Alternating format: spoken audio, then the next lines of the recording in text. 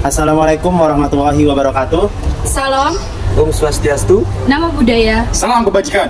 Salam Pancasila.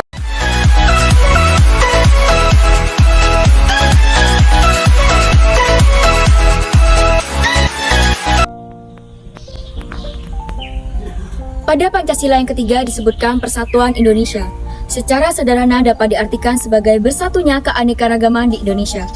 Indonesia adalah negara yang kaya dengan sumber daya baik alam maupun manusia yang unggul. Salah satunya adalah keahlian yang dimiliki oleh warga Indonesia seperti menjahit pakaian.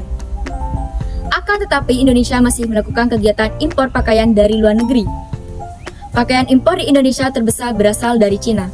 Tercatat total tekstil dan produk tekstil yang diimpor dari negara tersebut sebanyak 990,20 ribu ton atau sebanyak 44,86% dari total impor tahun lalu.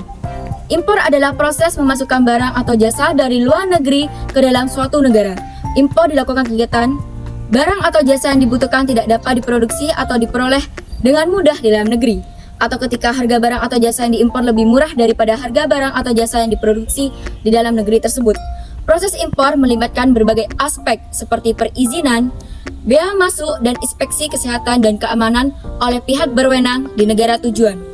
Impor juga dapat membantu dalam memperluas pasar dan diversifikasi produk, serta memperkaya variasi produk yang tersedia untuk konsumen di dalam negeri. Selain itu, impor juga dapat menjadi sumber pendapatan bagi pemerintah melalui pengenaan bea masuk atau pajak impor. Kegiatan impor dilakukan oleh negara Cina baru-baru ini mengalami masalah. Salah satunya yaitu baju bekas impor dari Cina disita di Pekanbaru.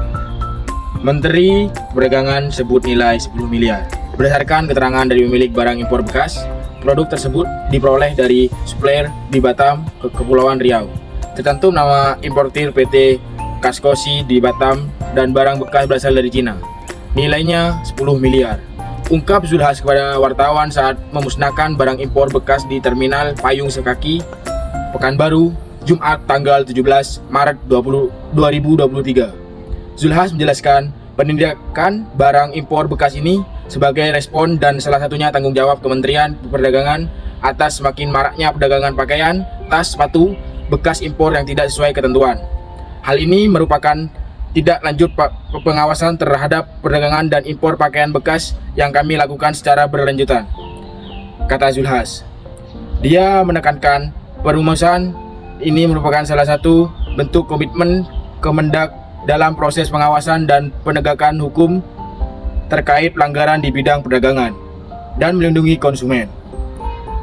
Pemusnahan ini merupakan langkah nyata Kemendak dalam meningkatkan atau menindaklanjuti arahan Presiden Jokowi pada kegiatan Business Matching Produk Dalam Negeri Rabu tanggal 15 bulan Maret 2023.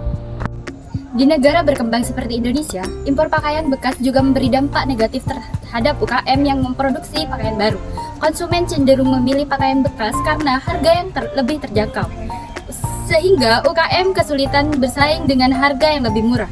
Selain itu, impor pakaian bekas juga berdampak pada ketersediaan bahan baku di dalam negeri. Karena bahan baku yang dapat digunakan untuk produksi pakaian baru dipilih untuk diimpor sebagai pakaian bekas. Larangan impor pakaian bekas memberikan dampak yang beragam. Pada sisi positif, larangan ini mendukung kegiatan thrifting atau berburu barang bekas yang memberikan dampak positif terhadap produk dan mengurangi tumpukan sampah pakaian di lingkungan. Selain itu, larangan ini juga bertujuan untuk memusnahkan baju impor bekas. Peraturan dari Kementerian Perdagangan yang melarang impor pakaian bekas dan beberapa barang bekas lainnya. Penjelasan lebih lengkap tentang jenis barang yang dilarang tersebut dapat ditemukan di Permendak Nomor 40 Tahun 2022, khususnya pada bagian 6, yang termasuk diantaranya adalah kantong bekas, karung bekas, dan pakaian bekas. Di Indonesia, pakaian bekas tidak boleh diimpor berdasarkan peraturan pemerintah. Hal ini dilakukan untuk melindungi para produsen pakaian dalam negeri dan mencegah masuknya barang bekas yang tidak layak digunakan ke Indonesia.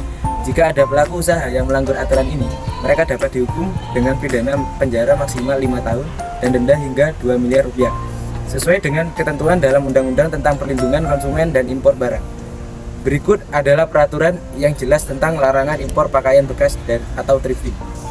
Nah, setelah kebijakan larangan impor pakaian bekas ini dijalankan, terdapat dampak positif dan negatif. Dampak negatif yang dialami yaitu melindungi produsen lokal dan mencegah barang bekas yang tidak layak masuk ke dalam negara. Dampak negatifnya yaitu bagi usaha mikro, kecil, dan menengah atau UMKM yang bergerak di usaha menjual pakaian bekas. Banyak UMKM yang terpaksa harus tutup toko karena sepi pembelinya. Pedagang UMKM thrifting berharap agar kebijakan pelarangan pakaian bekas impor dapat memperoleh solusi yang lebih baik dan tidak hanya memusnahkan pakaian bekas. Dalam hal ini, penting untuk mempertimbangkan berbagai aspek dan menemukan keseimbangan antara melindungi dalam industri dalam negeri dan memperhatikan keberlanjutan usaha UMKM. Ilegalnya, thrifting juga berdampak pada hilangnya pajak dan pendapatan negara. Kegiatan impor barang bekas yang tidak sah menghindari kewajiban pajak dan pungutan bea cukai yang seharusnya menjadi sumber pendapatan bagi suatu negara. Hal ini mengakibatkan kerugian finansial yang signifikan dan menghambat pengembangan sektor tekstil nasional. Pemerintah dan lembaga terkait perlu mengambil langkah-langkah tegas untuk mengatasi masalah ini. Yang pertama, perlu ditingkatkan pengawasan terhadap praktik impor barang bekas ilegal dan pencegahan hukum yang lebih ketat terhadap pelaku ilegal tersebut. Selain itu, upaya edukasi kepada masyarakat perlu dilakukan untuk meningkatkan kesadaran akan dampak negatif dari pembelian barang bekas terhadap industri lokal. Selanjutnya, perlu adanya kolaborasi antara pemerintah, UMKM tekstil, dan pelaku industri lainnya dalam hal menciptakan solusi yang berkelanjutan. Salah satu langkah yang dapat diambil adalah dengan memberikan insentif dan dukungan kepada pemilik UMKM tekstil untuk meningkatkan kualitas produk, inovasi, dan pemasaran yang efektif. Pemerintah juga dapat mendorong pembentukan asosiasi atau kelompok usaha tekstil yang kuat untuk meningkatkan daya saing sektor ini.